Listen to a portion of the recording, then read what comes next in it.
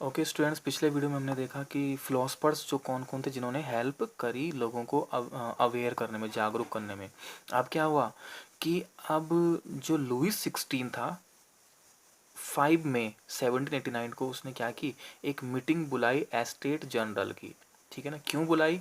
क्योंकि उसको taxes impose करने थे। क्यों इम्पोज करने थे? क्योंकि उसके पास एम्प्टी ट्रेजरी, उसको अपनी ट्रेजरी को फिल भरने के लिए उसको कुछ टैक्सेस इम्पोज करने थे, यानी कि टैक्सेस बढ़ाने थे, इंक्रीज करने थे टैक्सेस। तो वहाँ पर एक मैकेनिज्म था, एक मैकेनिकल सिस्टम था। अभी देखिए यहाँ पर एस्टेट्स, मैंने आपको बताया था एस्टेट हैं। तो यहाँ पर क्या था सिस्टम, कि जो लुइस 16 है वो प्लान कर रहा था इम्पोज टैक्सेस करने के लिए। तो उसके लिए वो ऐसे ही टैक्सेस इम्पोज नहीं कर सकता था। उसको क्या करना था, उसको एक एस्टेट जनरल की मीटिंग बुलानी थी। ठीक है ना, ये एक सिस्टम था। कब? 5 मई 1789 को उसने मीटिंग बुलाई। किस चीज़ के लिए? टैक्सेस को इम्पोज करने के लिए। 5 मई, देख लीजिए वो जो फर्स्ट सीन जो था 14 जुलाई 1789। अब यहाँ पर वो क्या है, वो टाइम नज़दीक आ गया। 5 मई के बाद जून जुलाई, यानी कि बहुत जल्दी, यानी कि 2 महीने पहले की बात, इसको आप समझ सकते हैं, लगभग 1.5-2 महीने। तो ये हुआ। इसके बाद अब वो सिस्टम, वो उस चीज़ के हम नज़दीक जाने वाले हैं जो उस दिन क्यों हुआ। ठीक है ना, तो 5 मई को, उससे जस्ट 1-1.5 महीने पहले ये चीज़ होती है। स्टेट जनरल की मीटिंग बुलाई जाती है, जिसमें कोई भी इस तरह की चीज़ें करने के लिए स्टेट जनरल की मीटिंग बुलानी पड़ती थी। ये याद रखना नाम, स्टेट जनरल, 3 एस्टेट से। और ये लास्ट मीटिंग कब हुई थी? 1614 में हुई थी। और अब कब हो रही है? 1789 में। इससे यहाँ तक अभी तक कोई मीटिंग ही नहीं हुई। ओके, इस मीटिंग में क्या था कि इस मीटिंग में एक सिस्टम था कि इसमें जो फर्स्ट स्टेट और सेकंड स्टेट के जो हैं 300 रिप्रेजेंटेटिव, है ना, यानी कि रिप्रेजेंटेटिव सारे लोग नहीं आते थे इसमें। जो फर्स्ट एस्टेट है कलर जी, उसके 300 लोग रिप्रेजेंटेटिव जो होंगे, है ना, प्रतिनिधि उनके, वो आएंगे। और 300 सेकंड एस्टेट से आएंगे इस मीटिंग में। और 600 आएंगे थर्ड एस्टेट से। 600 इनके रिप्रेजेंटेटिव आएंगे, यानी कि 90% पॉपुलेशन में से 600 लोग आएंगे। और यहाँ पर 300 इन दोनों से आएंगे, यानी कि इन दोनों के मिला के 600 आएंगे, इसके एक ही से 600 आएंगे यहाँ पर। ओके, अब ऐसा होने के बाद यहाँ पर राजा को बताना था कि भाई मैं नए टैक्सेस इम्पोज कर रहा हूँ, ये टैक्सेस लगेंगे। और यहाँ पर इस चीज़ को इन्होंने इशू, यानी कि पास करना था। लेकिन यहाँ पर एक सिस्टम और था। क्या सिस्टम था? Voting had to be conducted on the principle that each estate had one vote. यहाँ पर वोटिंग होनी थी, लेकिन जैसे वोटिंग आज होती है इस तरह से नहीं, वोटिंग होनी थी दूसरे तरीके से। यहाँ पर हर एक व्यक्ति को वोट करने का अधिकार, राइट नहीं था। पूरे एस्टेट, यानी कि फर्स्ट एस्टेट जो 300 लोग हैं, इनका एक वोट माना जाएगा फर्स्ट एस्टेट का।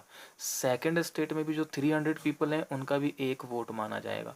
और थर्ड एस्टेट जिसमें 600 पीपल है, इनका भी एक वोट माना जाएगा। तो अब जो राजा ने टैक्सेस के लिए इनको बुलाया था, एस्टेट जनरल की मीटिंग बुलाई थी, लेकिन यहाँ पर क्या होने वाला था, अब ये जो लोग थे, ये जागरूक लोग यहाँ पर आए हुए थे। जो 600 थे, ये कौन थे? ये मिडिल क्लास था, जो एजुकेटेड थे। और खासकर फिलोसफर्स जो थे, जैसे रूसो, जॉन लॉक, मॉन्टेस्क्यू, इनके आइडियाज़ से ये अब जागरूक हो चुके थे। तो इन्होंने सबसे पहले इसको अपोज करना स्टार्ट किया, इस सिस्टम को। ओके, कौन सा सिस्टम? कि 300 लोगों का एक वोट है, 300 लोगों का एक वोट है, हम तो 600 हैं, एटलीस्ट हमारे 2 वोट तो होने चाहिए, है ना। यानी कि पूरे स्टेट का एक वोट है, किसी पर पर्सन को वोट नहीं। क्योंकि बुक पढ़ चुके थे रूसो की, द सोशल कॉन्ट्रैक्ट, जिसमें उसने किसके बारे में लिखा है? वोटिंग सिस्टम, डेमोक्रेटिक गवर्नमेंट के बारे में लिखा है। अब इन्होंने कहा कि नहीं, इस तरह की वोटिंग नहीं चलेगी, क्योंकि इसमें इनका हारना तय था। क्यों? अगर फर्स्ट एस्टेट और सेकंड एस्टेट एक हो जाते तो इनके 2 वोट एक साथ, और इनका एक वोट, तो इससे ये खुद ही हार जाते। इनकी हार निश्चित, मीन्स पहले से क्लियर था कि इनको वोटिंग में कुछ नहीं, ऐसे था। तो इन्होंने कहा कि नहीं, ये सिस्टम नहीं चलेगा। इन्होंने बॉयकॉट एस्टेट जनरल मीटिंग, जो एस्टेट जनरल की मीटिंग हो रही थी, इसको बॉयकॉट, इसका बहिष्कार कर दिया। और बहिष्कार कर दिया, उसके बाद इन्होंने क्या किया, इन्होंने सबसे पहले, राजा एक प्रपोजल लेकर आया था न्यू टैक्सेस का, कि भाई इसको पास करना है, नए टैक्स लगे। उल्टा इन्होंने एक अपना प्रपोजल दे दिया राजा को। क्या दे दिया? डिमांड फॉर इक्वल वोटिंग, की वोटिंग इक्वल होगी, ऐसे नहीं चलेगी वोटिंग। वोटिंग कैसे होगी? इक्वल होगी।